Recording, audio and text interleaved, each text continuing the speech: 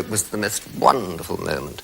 And then, yes, well, after that, well, in between all those things, you know, which are, I mean, mainly theatre, I had been doing films. And it was through review that I did the first film, which was a carry-on. I did other films too, but I did the first carry-on apropos review because the people who were casting came to see it. And I was playing the sort of character in one of the sketches they liked, and they thought it fitted the character they were casting for this carry-on sergeant, which was the first one. So I got into the carry-ons. There. Oh, hello. It's Matthew. It's Matthew, isn't it? Yes, game for a laugh. Yes.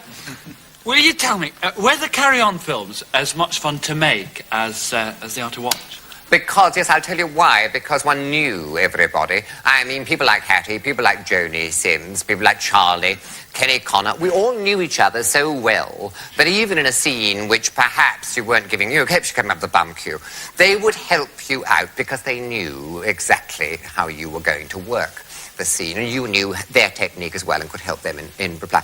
And good comedy, I think, is essentially like a tennis ball. It should go from one to the other, you know, without ever touching the floor. It should remain white throughout. And with those sort of people, you could do it. They were all, I think, after their fashion, I think eccentric to a degree. I mean, certainly Charlie Hawtrey was extraordinarily eccentric. I mean, really, I remember him on the set with his mum, and Mrs. Hawtrey used to come with him sometimes and have a cup of tea on the set. And they were sitting there on the set, and he was chatting away about this play he'd done. And he was telling us about playing two roles, and that he'd gone on as a lady and come out as a bloke, and so nobody knew who'd done the murder. You know, that sort of thing, who done it, where he played both roles. And he was in the middle of this long dissertation about playing these two roles, when Joni Sims said, Charlie, your mother's... Because she'd had a fag and it dropped into the bag. An open handbag, and the whole of the reticule was ablaze.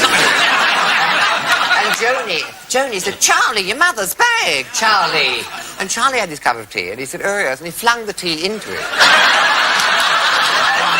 And she snapped it shut, and the whole sodden mass was confined.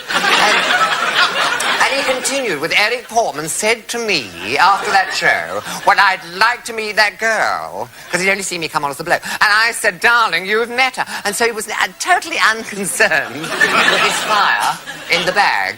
I mean, it was as eccentric off as he was on, I always thought. He talked a sort of telegraphies, which Joni Sims understood perfectly. She could always interpret everything that Charlie was saying. I certainly couldn't. Some of it was absolutely beyond me. It was so codish, you know what I mean?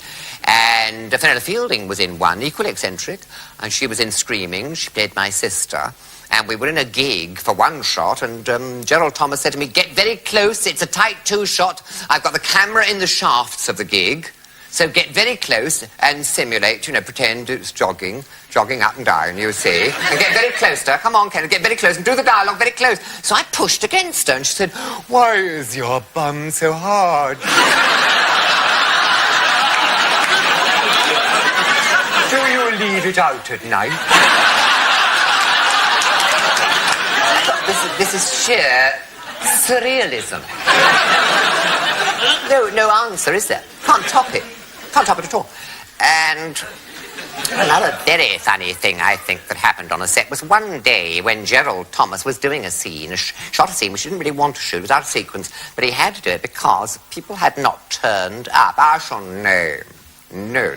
But somebody was late. So he said, well, we'll do that. We'll finish off that bit with you and Hattie in the doorway. And it was a scene with Hattie and me in the doorway where I was struggling and saying, no, matron, no, please. And she was saying, go on, doctor, let yourself go. Oh, Dr. Tinkle. Daft name for me because I'm a baritone. And she's going on about Dr. Tinkle. I was saying, no, I was once a week man. And she said, once a week's enough for anybody. And we were about to shoot this scene because somebody else was late. And the cameraman said to Gerald, can't shoot it, Gerald. The door is actually, you can see, when they struggle in the doorway, you can see the door frame shaking. It's all wobbling. You must get a carpenter with a brace, something. It's got to be braced. And Gerald didn't want to hold it up. He didn't want carpenters bracing. He said, oh, just keep going. Kenneth, put your leg. Hold her with one arm, and then with your other hand push the door, and with your leg, brace the door with your leg. You can do it. Push your leg. And I said, alas, my legs are not what they were. And Gerald said they never were much anyway. And Hat said, don't knock 'em, Kenny. Don't knock 'em, Jerry. They got him here on time today. Which I thought was delightful, because Hat I had, a great deal of affection. I adored her. She was a very warm, lovable woman. And I remember saying to her once when we were doing the carry-ons, I said, she knew about my admiration of a coward, and I said, one of my earliest recordings, was The Welcoming Land, and it's one of my 78s, and I lost it. I said, I lent it to someone, I never got it back. I've always regretted that bitterly, because it's it was a marvellous recording, because Kyle's recording of poetry that isn't his own is really remarkably good. His standard is colossally high. Wonderful the way he did this particular poem. It was called The Welcoming Land, Clemens Dane. And I remember saying it to her, I thought no more about it. And a year later, when I went for Christmas with Hat, on the table we all were given presents from Hat and decorated was this recording she'd found for me. She'd been all over the place, second-hand shops, gramophone record shops, to find this 78 recording of The Welcoming Land.